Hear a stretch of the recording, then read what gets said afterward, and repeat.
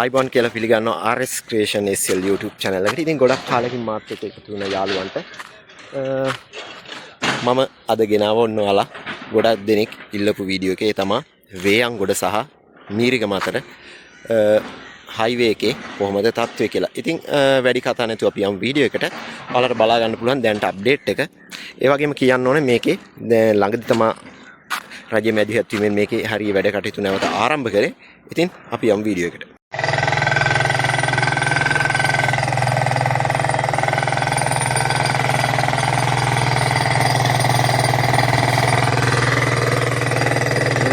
ඉතින් ගොඩක් කට්ටිය මගෙන් ඉල්ලුවා වේයන්ගොඩ අප්ඩේට් එක කොහොමද කියලා. මේ තමයි වේයන්ගොඩ highway entrance එකේ exit එකේ දැන්ට වැඩ යන විදිහ තමයි මේ. ඔයාලට පේනවා ඇති දැන්ට ෆයිලිං ගහගෙන යනවා. ඒ වගේම බේස්මන්ට් එකට ගල් ගෙනත් බානවා, තලනවා. ඒ වගේ වැඩ ගොඩක් යනවා මෙතන.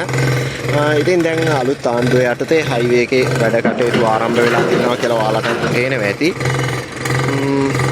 ඉතින් මේ හරියට තාම බේස්මන්ට් එකේ වැඩ ටික තමයි යන්නේ. ඉතින් මෙතන එන්ට්‍රන්ස් එක සහ එක්සිට් එක කියන දෙකේ තමයි මේ විදිහට වැඩ ටික වෙන්නේ. ඉතින් මේක වැඩ කරන ප්‍රදේශයක් ඉඳලා මේ පැත්තට එන්න අමාරුයි.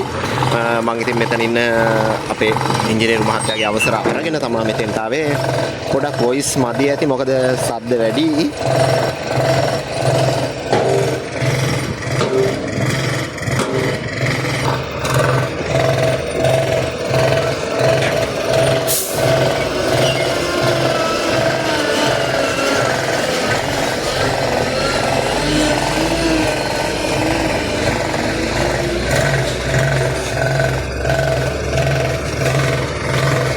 අලුත්ම වාහන ටිකක් එහෙම ඇවිල්ලා තියෙනවා. මම හිතන්නේ චීනෙන් ගෙන්නපු වාහන වෙන්න ඕන.